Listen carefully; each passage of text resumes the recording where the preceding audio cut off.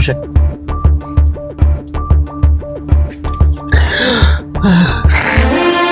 എനിക്ക് 2 മക്കള്, 2 പേർക്കും എന്നെ കാണണം, എന്നെ കണ്ടിട്ട് മരിക്കണം. എന്നെ കണ്ടിട്ട് മരിക്കുമെങ്കിൽ എനിക്ക് അവരെ കാണണ്ട, അവര് ജീവിച്ചിരിക്കട്ടെ. അവർക്ക് എന്തെങ്കിലും സംഭവിച്ച പിന്നെ അവര് ജീവിച്ചിരിക്കില്ല, ഞാൻ മാത്രമേ ജീവിച്ചിരിക്കുള്ളൂ. വിഷമിക്കില്ല മാഷെ, ഈ വിഷമിക്കില്ല. നേരത്തെ എവിടെ പോയി വിഷം മേടിക്കാനാണോ? ഒരിടത്തും വിഷം മേടിച്ചാൽ പോലും ആരും തരയില്ല. പിന്നെ വിഷമിക്കല്ലേ മാഷേ. എന്തായാലും എനിക്ക് വയ്യ. ഇത് 2 മക്കൾ ഇങ്ങനെ ഒരു ഗതി വന്നല്ല എന്നാലോചിക്കുമ്പോൾ. ഡോക്ടർ സീരിയസ് ആയിട്ട് കൊണ്ടുവരുമെന്ന് പറഞ്ഞോണ്ട് ഡോക്ടർ സീരിയലോ സിനിമ എന്തെങ്കിലും കാണട്ടെ, എനിക്ക് താല്പര്യമില്ലടോ. എനിക്ക് എന്റെ മക്കളെ കണ്ടാ മതി. എന്നാ പുറത്തേക്ക് ഇറങ്ങും മാഷേ.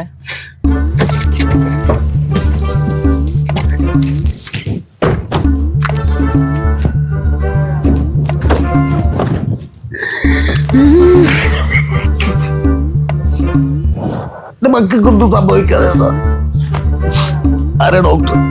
Neuro surgeon. 100 സർജനെ കാണിക്കണം. എന്തിനാണ് അത്ര സീരിയസ് ആണ്? 1 സർജനെ കാണിച്ചാൽ പോരെ? ഡോക്ടറുടെ പേരെന്താണോ? ഡോക്ടർ കണ്ടെത്തി ചാണ്ടി. കണ്ടത്തിലോ പാടത്തോ വരമ്പത്തോ കുളത്തിലോ അയാൾക്ക് ഇഷ്ടമുള്ളിടത്ത് എവിടെയെങ്കിലും ചാടട്ടെ. എന്റെ മക്കൾക്കൊന്നും സംഭവിച്ചാതിരുന്നാൽ മതി. എന്റെ മക്കൾക്ക് എന്തെങ്കിലും സംഭവിച്ചാൽ ഞാനേ ജീവിച്ചിരിക്കുള്ളൂ, അവര് ചത്തും പോവും. എന്താ ഇപ്പൊ എന്റെ മക്കളുടെ അവസ്ഥ? ഇതിപ്പോ ഇങ്ങനെയുള്ള അവസ്ഥകളുമായിട്ട് ഒരു 60ഓളം പേഷ്യന്റ് നമ്മുടെ ഈ ഹോസ്പിറ്റലിലുണ്ട്. അപ്പൊ ഇവിടെ ഇത്രയാണെങ്കിൽ പിന്നെ മറ്റുള്ള ഹോസ്പിറ്റലിൽ എന്തായിരിക്കും? ഇത് ഞാൻ പറഞ്ഞില്ല, ഒരു പകർച്ചവേദന പടർന്നു പിടിക്കുകയാണ്. അപ്പൊ ഈ ഒരു മാസമേ ആയിട്ടുള്ളൂ തുടങ്ങിയിട്ട്. ചിലപ്പോൾ അത് മാറാതിരിക്കാം. നമ്മളൊരു പരിഹാരങ്ങൾ ചെയ്യണം. ഇതിന്റെ പ്രധാന പ്രശ്നം എന്ന് പറഞ്ഞു കഴിഞ്ഞാൽ ഉറക്കമില്ലായിരുന്നു. ഒട്ടുമില്ല, നിങ്ങൾ ഉറങ്ങാറില്ല. അതെ, ഒരു ദിവസം ഒരു മനുഷ്യൻ 8 മണിക്കൂറെങ്കിലും ഉറങ്ങേണ്ടതാണ്. 6 മണിക്കൂറെങ്കിലും. ഇവര് പണിക്കും പോകാതെ ഈ ഉറക്കം നിന്ന് ഈ അലർച്ച, വഴക്ക്, അക്രമാസക്തരാകുക, ഇത് മൈൻഡ് ഔട്ടാണ്. ഇതിപ്പോ ഉറങ്ങണമില്ല, പണിക്കും പോണില്ല, അലർച്ച മാത്രം. അത് തന്നെ, അത് ഇതിന്റെ ഒരു ടെൻഡൻസിയാണ് ഈ അസുഖത്തിന്റെ. മനസ്സിലായില്ലേ? അപ്പൊ നമ്മൾ അതിന് ഒരു പരിഹാരം ഉണ്ടാക്കണം. അക്രമാസക്തരാകുക, അങ്ങനെ ഭയങ്കര വികാരങ്ങളാണ് ഇവരുടെ മനസ്സിൽ. മൈൻഡ് ഔട്ട്, മനസ്സിലായോ? Mind out. ഡോക്ടർ ഭാഷയിൽ നമുക്ക് ഒരുപാട് കാര്യങ്ങൾ പറയാനുണ്ട്, പക്ഷെ ഒരു അച്ഛൻ നിലയ്ക്ക് ഞാനത് പറയുന്നില്ല. ഇനിയിപ്പോൾ നമ്മൾ ചെയ്യാനുള്ളത് അടുത്തത് ഓർത്തോയാണ്. ഡോക്ടർ ഓർത്താ മതി, ഞാൻ എവിടെ ഓർക്കാണ്? എനിക്ക് ടെൻഷൻ ആണെന്നല്ല. അതല്ല ഞാൻ പറഞ്ഞത്. ഇപ്പൊ നമ്മൾ ന്യൂറോ കഴിഞ്ഞു, ഇനിയിപ്പോൾ അടുത്തത് നമ്മൾ ഓർത്തോയിൽ കാണിക്കുക. ഓർത്തോയിൽ കാണിച്ചിട്ട് ഈ പകർച്ചവ്യാധിക്ക് എന്താണ് ഒരു സൊല്യൂഷൻ എന്നുള്ളത് ഞങ്ങൾ ഇതിന് മീറ്റിംഗ് കൂടി നമ്മൾ ചർച്ച ചെയ്യും. അതിന് അവർക്ക് ഒരു കൗൺസിലിംഗ് ആണെന്നുണ്ടെങ്കിൽ നമുക്ക് അങ്ങനെ ചെയ്യാം, അല്ല ട്രീറ്റ്മെന്റ് ആണെങ്കിൽ നമുക്ക് അങ്ങനെ ചെയ്യാം. ഓക്കെ, അപ്പൊ അത്രയൊക്കെ ഉള്ളൂ.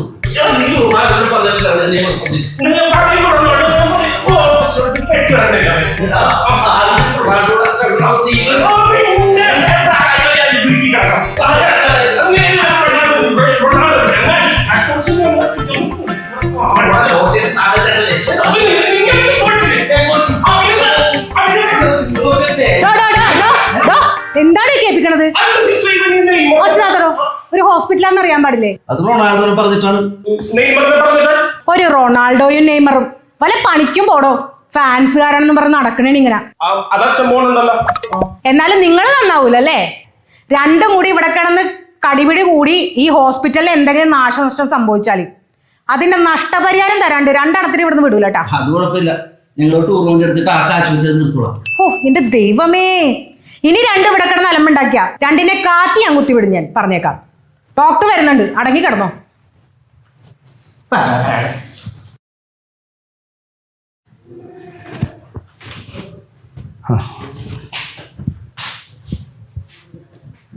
ഇപ്പൊ എങ്ങനെയുണ്ട്? ഇപ്പോ പോയില്ലേ? അത് പോട്ടെ, ഇപ്പൊ ഒരു 4 വർഷം കഴിയുമ്പോൾ അതൊക്കെ സെറ്റ് ആകാവുന്നല്ലേ ഉള്ളൂ. ഞാൻ അടുത്ത് തുടങ്ങുമല്ലോ.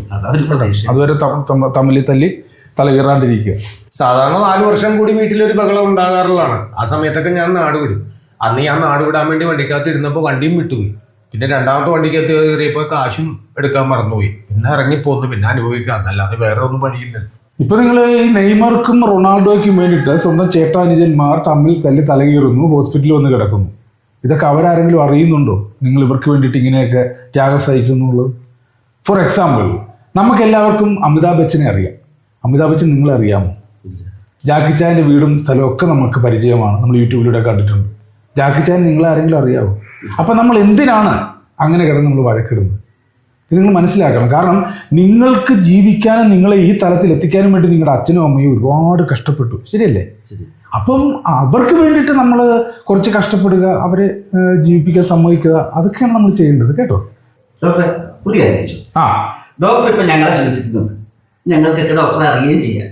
എന്ത് കരുതി ലോകത്തുള്ള എല്ലാ രോഗികൾക്കും ഡോക്ടറെ അറിയാവും? ഇല്ല. പിന്നെ എന്തിനീ കുഴൽ തൂക്കിയിട്ടുണ്ട് നടക്കണേ? അല്ല ഡോക്ടറെ, ഹലോ. ഡോക്ടറെ, നിങ്ങളുടെ ഇവിടെ അത് ഇവരുടെ സംബന്ധമില്ല, കുറച്ച് തെറ്റിയിരിക്കാം. ഞാൻ അനുഭവിക്കുന്ന ടെൻഷൻ ഡോക്ടർക്ക് അറിഞ്ഞുകൂടല്ല. കാര്യം ശരിയാണ്, ഇവരെന്റെ മക്കള് ഇമാര് കാണിച്ചു കൊടുക്കുന്ന കോപ്രായം എന്ന് പറഞ്ഞാൽ സഹിക്കാൻ പറ്റാത്തതാണ്. 4 കൊല്ലം കൂടിയാണ് ഇതൊക്കെ ഉണ്ടാക്കണത്.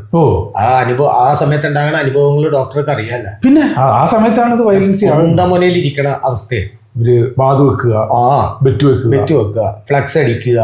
ഇപ്പൊ ഇവനാണെങ്കിൽ 18 അടിയുടെ നെയ്മറിന്റെ ഫ്ലക്സ് വെച്ച്, ഇവനാണെങ്കിൽ 20 അടിയുടെ റൊണാൾഡോ വെച്ച്, എല്ലാം വെച്ച് കാട്ടുകാരുടെ നിന്ന് മുഴുവൻ പിരിവെടുത്താ വെച്ചത്. അതിനിടയ്ക്ക് ചോദിച്ച് ബഹളം വന്നവരോട് ഇവൻ പറഞ്ഞ് ബ്രസീലിൽ തോറ്റു പോകണമെങ്കിൽ എന്റെ ഷെയർ ഞാൻ തന്നേക്കാം. ഇവൻ പറഞ്ഞ് ഞങ്ങളുടെ പോർച്ചുഗലിൽ തോക്കണമെങ്കിൽ ഞങ്ങളുടെ ഷെയർ തരാമെന്ന് പറഞ്ഞു. രണ്ടുപേരും ഷെയർ ഇട്ടടിക്കുന്ന ടീമാണോ? ഷെയർ ഇട്ടടിയൊന്നുമില്ല, വീട് വിറ്റിട്ട് അതിന്റെ ഷെയർ തന്നേക്കാന്ന്. വീടിന്റെ ഷെയർ. ഇവരിൽ ആരുടെ പേരിലാ ഇപ്പൊ വീട് കിടക്കുന്നത്? വീട് ഓണറിന്റെ പേരിൽ. അപ്പൊ വാടകയ്ക്ക് താമസിക്കുന്നതാണ്. എനിക്ക് 2 മക്കൾ മാത്രമേ ഉള്ളൂ, എനിക്കൊന്നുമില്ല. അപ്പൊ വാടകയ്ക്ക് വീട് വെച്ചോണ്ടാണ് രണ്ടുപേരും കൂടെ ഈ കുത്തിമേളാക്കിക്കല് കാണിക്കുന്നത്. കുഴപ്പമില്ല. പക്ഷെ ഇത് സമനില തെറ്റിയിട്ടാണ്, വേറെ പ്രശ്നങ്ങളൊന്നുമില്ല. കയ്യിൽ നിന്ന് പോയി. അതെ.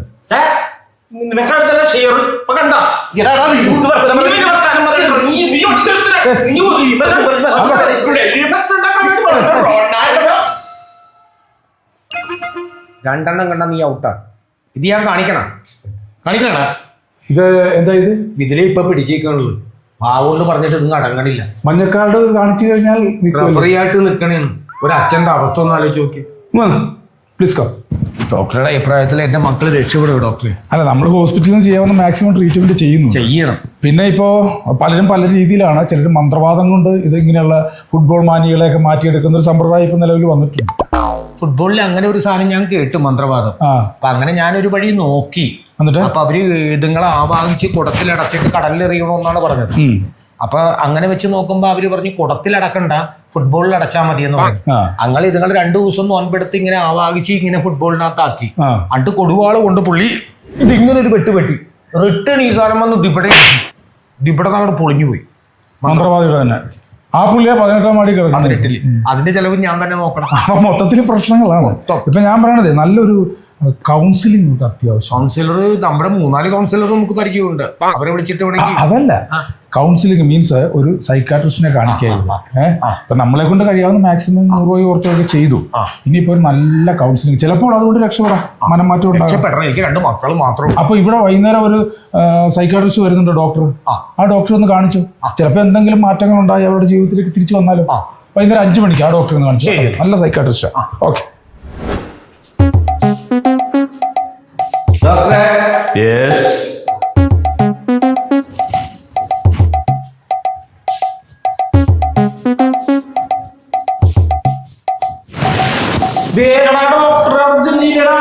അതേടാ, സൈക്കാട്രിക് ജോർജേ അർജന്റീന ഫാൻ തന്നെയാ. ഒരു കാര്യം ഞാൻ പറഞ്ഞേക്കാം, ഇന്ന് മുതൽ നിങ്ങൾ അർജന്റീന ഫാൻ ആകുവാണെങ്കിൽ നിങ്ങളെ ഞാൻ ചികിത്സിച്ച് ഭേദമാക്കും. അല്ലെങ്കിൽ ബ്രസീലേ, പോർച്ചുഗലേ, നിങ്ങളെ ഞാൻ ഷോക്കടുപ്പിച്ച് ഞാൻ പുകച്ചാവിയാക്കി കളയും. നോ ഈ ലോകകപ്പ് കഴിയുന്നവരെ ഞാൻ മെസ്സിയാണ്.